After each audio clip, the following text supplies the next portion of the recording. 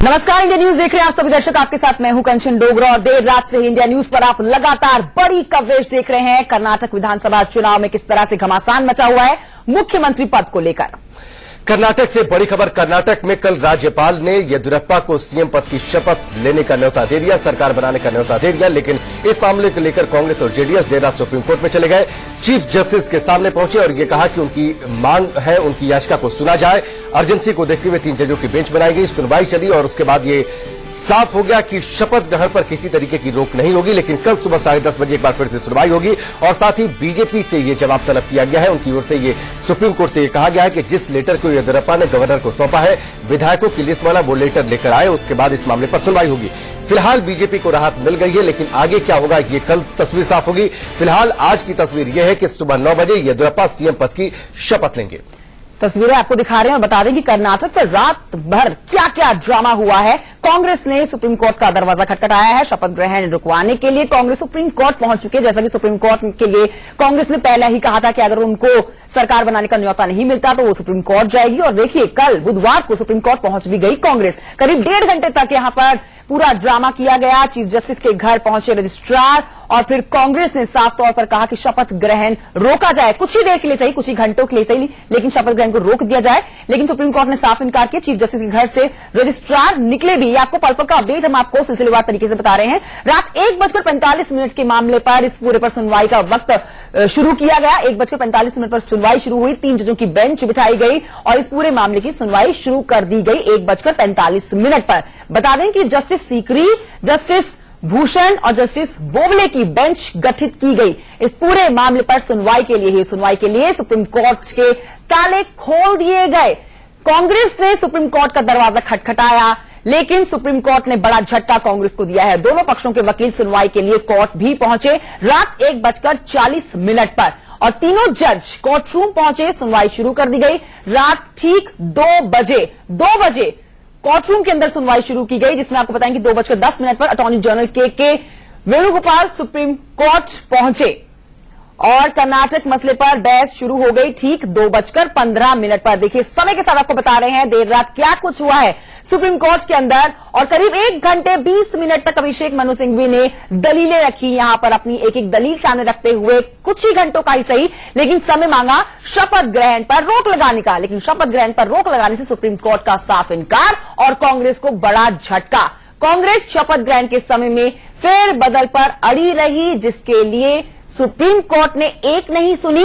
Supreme court में बहस पूरी हुई 5:15 पर। पूरी रात आपने इंडिया न्यूज पर ये बड़े कवरेज देखी है।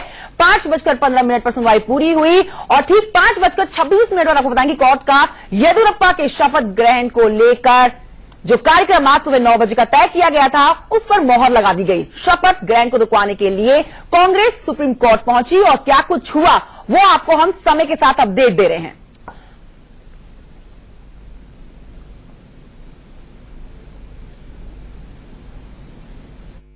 ये बताइएगा कि जो अब ये पूरा मामला था, अब ये एक बार मेरिट पर चला गया।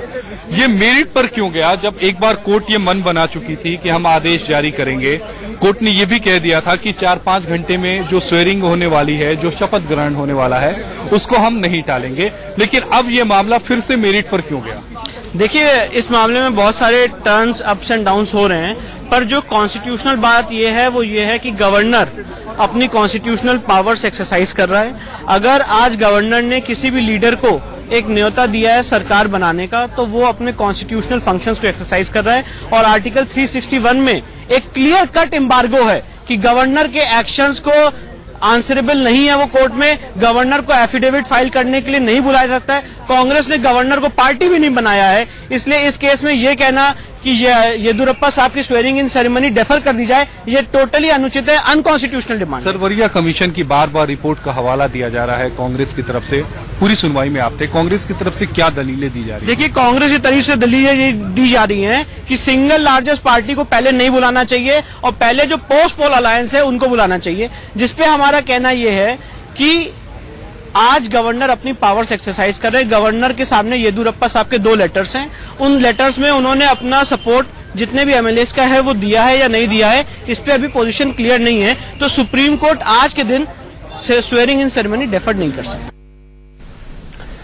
देर रात क्या कुछ हुआ ये हमने आपको सिलसिलेवार तरीके से बताया। पूरी रात सुप्रीम कोर्ट में ये पूरी सुनवाई चली और सुबह करीब 5:15 बजे के आसपास 5:30 बजे के आसपास ये जाकर तस्वीर साफ हुई कि शपथ ग्रहण पर किसी तरीके की रोक नहीं होगी। कोर्ट में किस तरीके से सवाल जवाब हुए आंकड़ों के जरिए आप समझिए। बहुमत साबित करने के लिए 15 दिन क्यों, ये कोर्ट ने सवाल पूछा। वेणुगोपाल की ओर से क्या कुछ जवाब दिया गया वो हमने आपको बताया।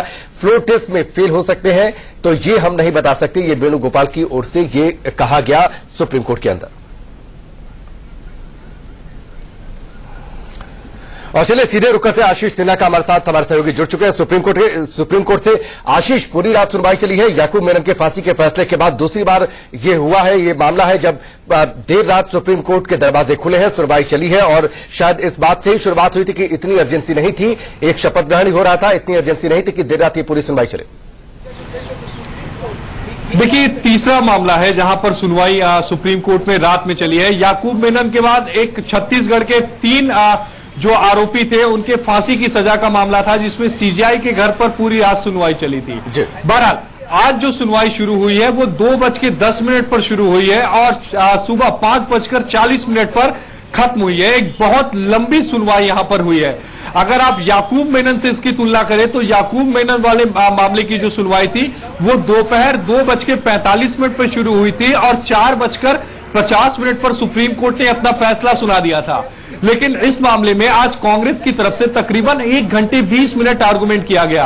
कांग्रेस के 2 प्लान थे, प्लान ए और प्लान बी। प्लान ए ये था कि आज किसी भी तरह से ये जो शपथ है उसे रोक दिया जाए, ये एक ऐसा ऑर्डर अपने फेवर में लिया जाए जिसमें सुप्रीम कोर्ट ये कह दे कि आज जो येदियुरप्पा का शपथ होना है वो कुछ दिनों के लिए टाल दिया जाए। दूसरा उनका प्लान ये था कि अगर सुप्रीम कोर्ट इस पर राजी नहीं होता है तो वो जो फ्लोर टेस्ट होगा, जो 15 दिनों का जो समय दिया गया है उसे 15 दिन से घटाकर 2 दिन किया जाए।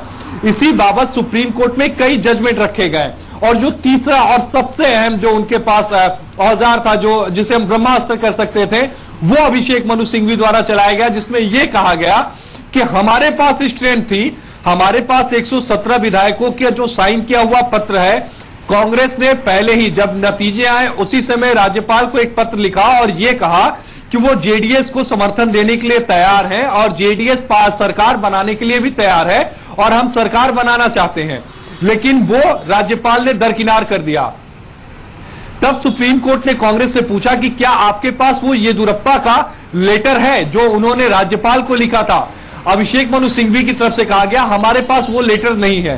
तब सुप्रीम कोर्ट ने कहा कि अगर आपके पास लेटर नहीं है तो हम 4 घंटे बाद होने वाले जो समारोह है शपथ ग्रहण का, उस पर हम रोक कैसे लगा दें। उसके बाद अटॉर्नी जनरल की बारी आती है। अटॉर्नी जनरल कहते हैं कि इस मामले में जो राज्यपाल है उनको विशेषाधिकार है। तब कोर्ट ने कहा कि क्या वो सदन में अपना बहुमत साबित कर सकते हैं। तब अटॉर्नी ने कहा कि इस बारे में मैं कुछ नहीं कह सकता। उसके बाद 2 विधायकों की तरफ से मुकुल रोहतगी पेश हो रहे थे। उन्होंने अदालत में कहा कि ये मामला ऐसा नहीं है, याकूब मेनन की तरह नहीं है कि यहां पर किसी को फांसी चढ़ाया जाना है। अगर कोई शपथ ग्रहण कर लेता है तो बिजली या आसमान टूट नहीं पड़ेगा। लिहाजा जो कांग्रेस की याचिका है वो प्रीमेच्योर है, इसे खारिज किया जाना चाहिए। उन्होंने ये भी कहा कि ये राज्यपाल का डिस्कशन इसी आप जो जानकारी दे रहे हैं, इसी से मेरा जो सवाल है वो जुड़ता है कि चुनौतियां अभी बीजेपी की कम नहीं हुई है। यहाँ पर बहुमत साबित करना अभी बाकी है, फ्लोर टेस्ट से अभी गुजरना बाकी है। भले ही थोड़ी देर के लिए ही सही, लेकिन बीजेपी को बड़ी राहत सुप्रीम कोर्ट से जरूर मिली हुई। लेकिन येदियुरप्पा को वो चिट्ठी भी सौंपनी है कोर्ट को, जो उन्होंने 15-16 मई को समर्थन की राज्यपाल को सौंपी थी, और फ्लोर टेस्ट की अभी ये जंग बाकी है। देखिए, ये सुप्रीम कोर्ट का जो ये फैसला है आप इसे धूप छांव की तरह देख सकते हैं। छांव इसलिए क्योंकि 4 घंटे के बाद जो शपथ ग्रहण होना था वो होगा। धूप इसलिए क्योंकि वो लेटर जो येदियुरप्पा ने राज्यपाल को लिखा था, जिसमें उन्होंने कहा था कि हमारे पास वो जादुई आंकड़ा है और हम सरकार बना सकते हैं, अब वो सुप्रीम कोर्ट में पेश करना पड़ेगा। सुप्रीम कोर्ट ने अपने आदेश में ये कहा कि इसका जो भी आउटकम हो, भले ही येदियुरप्पा शपथ ग्रहण कर लें, लेकिन जो भी इसका आउटकम होगा पिटीशन का, वो इस फैसले पर प्रभावी पड़ेगा। यानी अगर वो शपथ ग्रहण कर भी लेते हैं और अगर सुप्रीम कोर्ट ये मानता है कि राज्यपाल का फैसला सही नहीं था उन्हें पहले बुलाने का, तो फिर ये शपथ ग्रहण से लेकर राज्यपाल का जो भी आदेश है वो रद्द कर दिया जाएगा, यानी कुर्सी जाना तय है। यही बात है कि कांग्रेस को यहां से रिलीफ लेकर कांग्रेस गई है, क्योंकि वो लेटर सब कुछ कहता है। क्योंकि आज मामले की सुनवाई के दौरान जस्टिस ए के सीकरी ने कहा कि मैथमेटिक्स जो कहती है वो एक तरफ कहती है, यानी सरकार किसी एक की तरफ बन सकती है, किसी एक के पास बहुमत हो सकता है। अगर जेडीएस और कांग्रेस ये कह रही है कि हमारे पास 117 है, तो इसका मतलब है कि दूसरी पार्टी के पास नहीं होंगे, और अगर दूसरी पार्टी सरकार बनाने के लिए कह रही है तो इसका मतलब यह है कि वो जादुई आंकड़े के आसपास है। लिहाजा ऐसे में सबसे ज्यादा जरूरी है कि हम उस लेटर को देख लें जो येदियुरप्पा ने राज्यपाल को लिखी थी, जिसमें उन्होंने कहा था कि हमारे पास स्ट्रेंथ है और हम सरकार बना सकते हैं। और आशीष, कई मसले उठे कांग्रेस जेडीएस की ओर से। अभिषेक मनु सिंघवी ने कई बातें कही जिसका आप जिक्र कर रहे थे कि 104 विधायक अगर उनके पास है, 117 विधायक हमारे पास है, तो आखिरकार वो समर्थन कैसे जुगाड़ सकते हैं। इस पर क्या कुछ कोर्ट की ओर से कहा गया, और उसके साथ ही ये भी कि गोवा का भी एग्जाम्पल दिया गया। तो इन सब बातों का असर पड़ा क्या कि गोवा में बीजेपी सबसे बड़ी पार्टी नहीं थी, उसके बावजूद उसने सरकार बनाया? देखिए, आज कांग्रेस जो थी वो सुनवाई के दौरान पूरी तरह से प्रिपेयर होकर आई थी। कांग्रेस ने सबसे पहले सरवैया कमीशन की रिपोर्ट को साइट किया और 1989 की जो रिपोर्ट थी उसको साइट किया। कांग्रेस ने यह कहा कि जो पार्टी के पास, जो कोलिशन की जो पार्टी है, अगर उसके पास बहुमत है तो राज्यपाल को उसे सरकार बनाने के लिए पहले बुलाना चाहिए था, क्योंकि यहां पर बीजेपी के पास बहुमत नहीं था। 2017 में जो कांग्रेस को लेकर सुप्रीम कोर्ट का जो फैसला था गोवा को लेकर, उसका भी उदाहरण दिया। उन्होंने कहा कि गोवा में हमारी जो पार्टी थी वो सबसे ज्यादा उसके पास सीटें थी, लेकिन वो सरकार नहीं बना सकी, बल्कि बीजेपी ने सरकार बनाया क्योंकि उनके पास बहुमत था। उन्होंने जम्मू कश्मीर का उदाहरण दिया, पीडीपी बीजेपी का उदाहरण दिया।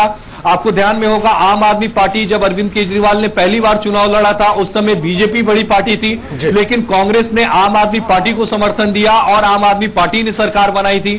तो ये तमाम उदाहरण कोर्ट के सामने रखे गए और ये बोला गया कि जिस पार्टी के पास बहुमत होता है, सरकार, राज्यपाल जो है सरकार बनाने के लिए उसे बुलाते हैं। तब मुकुल रोहतगी की तरफ से ये काउंटर किया गया कि आप राज्यपाल के डिसीजन को तो स्क्रूटनाइज कर सकते हो, आप उसको आप कानून के कैटेगरी में तो देख सकते हो, लेकिन आप उसके जो शक्तियां हैं, आप उस शक्तियों को लागू करने से, या जो उसका डिस्क्रिप्शन उसको कॉन्स्टिट्यूशन में मिला हुआ है, संविधान में मिला हुआ है, आप उसे लागू करने से या उसे गो ऑन करने से आप कैसे रोक सकते हो। जी आशीष, आप रात भर से इस बड़ी खबर पर बने हुए हैं, आपके पास हम फिर लौटेंगे और जानकारी के लिए। लेकिन राकेश, सोचिए इस बात को कि आशीष खुद बता रहे हैं कि पूरी प्रिपरेशन के साथ कांग्रेस जो थी वो कोर्ट रूम पहुंची।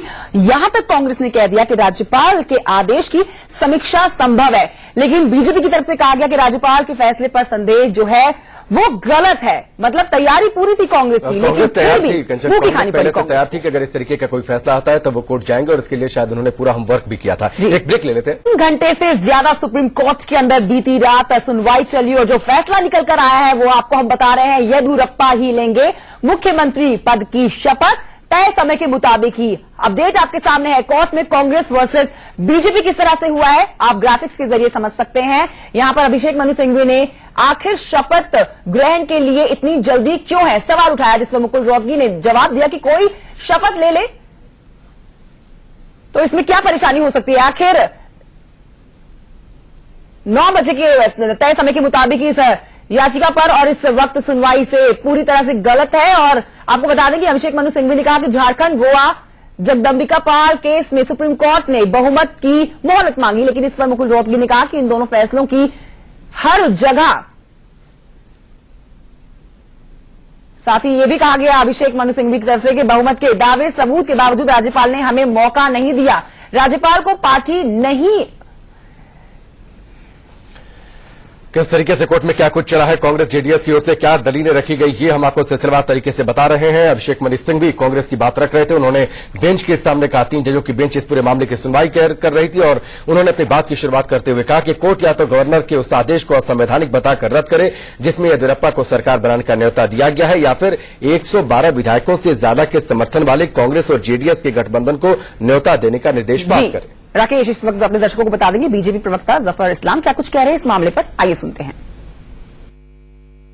भारतीय जनता पार्टी का मैंडेट जो है भारतीय जनता पार्टी का 65 सीटें जो पिछले बार से ज्यादा जीत के आए हैं, और वहीं पर कांग्रेस को जो है दोनों पार्टियां, कांग्रेस जो है वो 43 सीटें उसकी कम हुई है और वहां जेडीएस की भी 2 सीटें कम हुई है। तो ऐसे में किसका अधिकार होता है। जाहिर है जो सिंगल लार्जेस्ट पार्टी है, अगर हमें मौका मिला तो फिर हम फ्लोर पे हमें प्रूव करना है। फ्लोर पे अगर हम फ्लोर पे प्रूव कर दिया हमारे अपनी बहुमत, तो हम सरकार में रहेंगे, और नहीं कर पाए तो जाहिर है फिर उसका बाद गवर्नर का अधिकार रहता है कि वो आमंत्रित करे जनता दल एसी और ये दूसरा जो पोस्ट पोल अलायंस ग्रुप है। लेकिन हमें पूरी उम्मीद है कि गवर्नर को ये अधिकार है, और हमें चूंकि सिंगल लार्जेस्ट पार्टी है इसलिए भारतीय जनता पार्टी को ये उम्मीद है कि गवर्नर हमें जरूर मौका देंगे सरकार बनाने का और हमें बहुमत सिद्ध करने का फ्लोर पे।